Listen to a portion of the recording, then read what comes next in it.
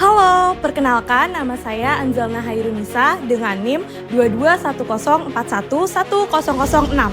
Halo, perkenalkan nama aku Nasya Firdana Valista dengan NIM 2210411032. Saya Dinazwan Nugraha dengan NIM 2210411072. Stunting masih menjadi salah satu tantangan terbesar dalam tumbuh kembang anak di Indonesia. Kondisi ini terjadi ketika anak mengalami kekurangan gizi dalam waktu lama, terutama pada 1000 hari pertama kehidupan. Akibatnya, pertumbuhan tinggi badan terhambat, kecerdasan tidak berkembang optimal, dan resiko penyakit meningkat ketika dewasa. Yang lebih mengkhawatirkan, banyak orang tua tidak menyadari tanda-tanda awal stunting dan baru mengetahui saat anak sudah tertinggal jauh dari usianya. Padahal, stunting sebenarnya dapat dicegah dan ditangani dengan langkah yang tepat dan dukungan tenaga kesehatan.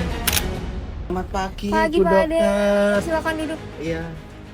Jadi gimana Bu keadaan anak saya Bu? Oke, jadi gini Pak Ade, yang setelah saya cek ternyata tinggi dan berat adik tuh ternyata masih di bawah standar. Oh, jadi gitu ya Bu Dokter. Tapi dia makan kok Bu kalau di rumah. Cuma kadang emang suka pilih-pilih sih makanannya Bu. Belum terlambat kok Pak, tapi ini tuh kondisi awal yang harus diperhatiin biar nggak masuk kondisi stunting. Stunting itu nggak cuma pendek, tapi imunitas dan juga perkembangan otak terpengaruh. Waduh, solusinya jadi gimana dong Bu Dokter? Saya harus apa Bu? Nah, pertama-tama Bapak tuh pastiin dulu nih gizi hariannya tuh lengkap. Ada karbohidrat, protein hewani, kayak dari telur, atau kayak hewani lainnya, kayak ayam, ikan.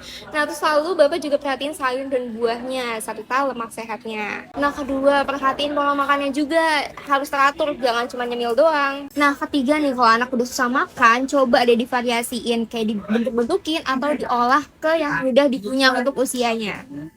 Oh, jadi gitu ya Dok. Tapi kalau soal susunya gimana Dok? Nah iya Pak, susu tuh bisa membantu melengkapi kebutuhan nutrisi, terutama di protein sama kalsium ya. Tapi tetap yang utama itu makanan ya Pak. Selain itu juga nih Bapak juga harus sering-sering datang ke posyandu minimal tiap bulan lah, supaya kita bisa pantau juga berat dan tinggi badannya. Oh, jadi gitu ya Bu Dokter. Ada vitaminnya juga ya.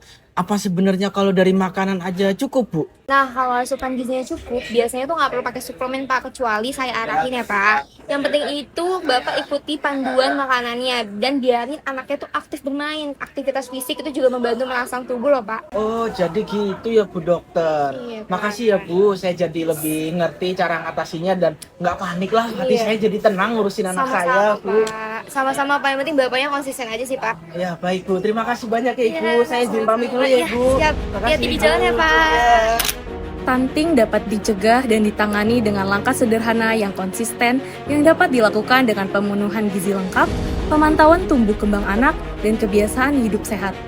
Dukungan keluarga, tenaga kesehatan, dan program kebijakan sangat penting dalam berjalannya proses pencegahan stunting. Jika orang tua mengikuti saran yang diberikan, anak akan tumbuh lebih optimal, tinggi dan berat badan standar dengan usianya, daya tahan tubuh yang lebih kuat, dan kemampuan belajar yang lebih baik. Ingat, tindakan kecil yang dimulai setiap hari akan membuat masa depan yang lebih baik. Cegah stunting mulai dari sekarang. Tumbuh kembang anak adalah investasi yang tidak bisa ditunda.